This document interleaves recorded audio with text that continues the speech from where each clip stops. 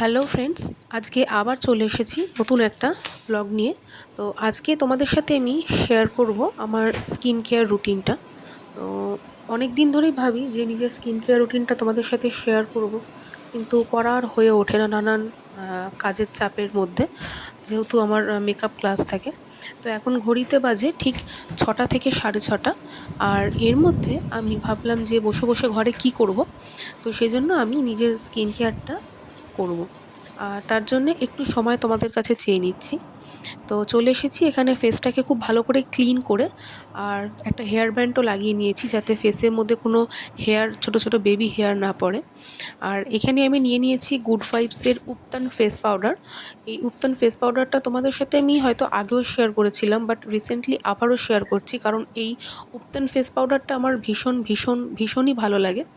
আর এটা ফুল ফেসে লাগালে একটা ভীষণ ভালো গ্লো দেয়।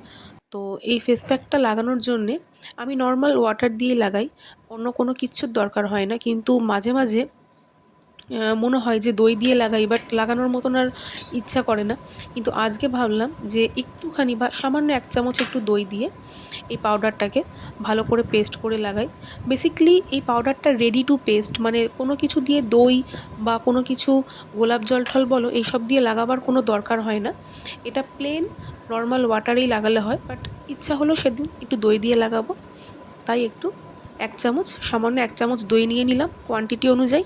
আর এখানে দেখো তোমাদেরকে ভালো করেই দেখিয়ে দিচ্ছি ফেস পাউডারটা খুব ভালো। এখানে ইনগ্রিডিয়েন্টসগুলো তোমরা দেখতে পাচ্ছ, paraben free, animal tested, no sulphates, no silicones, টোটালটাই প্যারাবিনস ফ্রি একটা প্রোডাক্ট। আর এটার রেঞ্জটাও খুব একটা বেশি না, 325। এটা ডিসকাউন্টটা তোমরা 320তেও পেয়ে যেতে পারে, বা 300এও পেয়ে যেতে পারো। তো এটা পিওর একটা উপটান পাউডার, যেটা আমাদের ফেসকে গ্লো দেয়।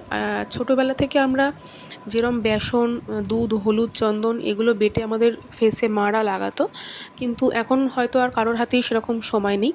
সেজন্যই আমরা প্রত্যেকেই এখন চাই যে একটু রেডি টু পেস্ট কিছু। আর এখানে দেখো ছোট্ট ছোট্ট ফিশগুলো ঘুরে বেড়াচ্ছে, ওদেরকেও একটু দেখিয়ে দিলাম।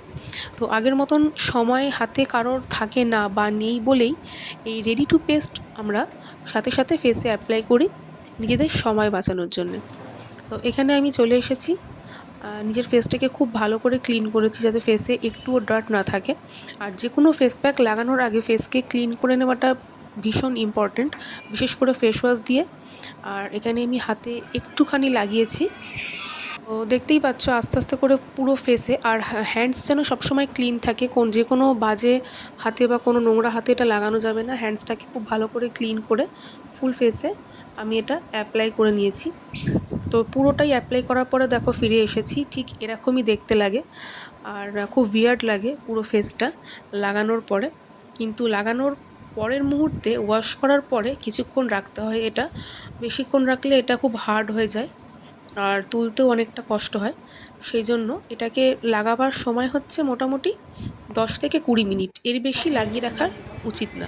তো এখানে ফুল ফেসকে আমি ওয়াশ করে চলে এসেছি। দেখো এটা আমার ফাইনাল রেজাল্ট, তোমরা নিজেরাই দেখে বলো আগের থেকে ফেসটা কতটা গ্লো দিচ্ছে আমার। আর এগুলো করার পরে প্রত্যেকেরই উচিত একটু মিনিমাল স্কিন কেয়ার করে নেওয়ার। তো এখানে আমি যেহেতু ফেসটা ড্রাই হয়ে গেছে, এখানে গুড ভাইবসেরই নিম তুলসী একটা টোনার আমি অ্যাপ্লাই করি, কারণ আমার ফেসে ছোট ছোট পিম্পলস বেরোয়, ছোট ছোট র্যাশ বেরোয়। তো এটাকে কটন প্যাডের সাহায্যেও ড্যাব ড্যাব করে অ্যাপ্লাই করা যায়, বা এটাকে নর্মাল কোনো টোনারের সাহায্যেও এটাকে অ্যাপ্লাই করা যায়। তো যেভাবে হোক এটা অ্যাপ্লাই করে নিতে পারো তোমরা, কোনো প্রবলেম নেই। আর এরপরে অ্যাপ্লাই করে নেওয়ার পরে ফেসটা আরও সুন্দরভাবে ডার্টগুলো বেরিয়েছে। তারপরে এখানে অ্যাপ্লাই করেছি মুডির একটা ফেস ময়শ্চারাইজার, যেটা আমার all time favourite, specially summer সিজনে। তো সামার সিজনে এটা অ্যাপ্লাই করি একটাই কারণ এটা water based and gel moisturiser. ফেসটাকে কোনো প্রকারভাবে এটা অয়েলিনেস করে না, স্টিকিনেস করে না, অ্যাজ ইট ইজ যেরকম অ্যাপ্লাই করেছিলাম সেরকমই থাকে। তো দেখো ফাইনালি ফুল স্কিন কেয়ারটা করার পরে আমার ফেসটা কতটা গ্লো দিচ্ছে।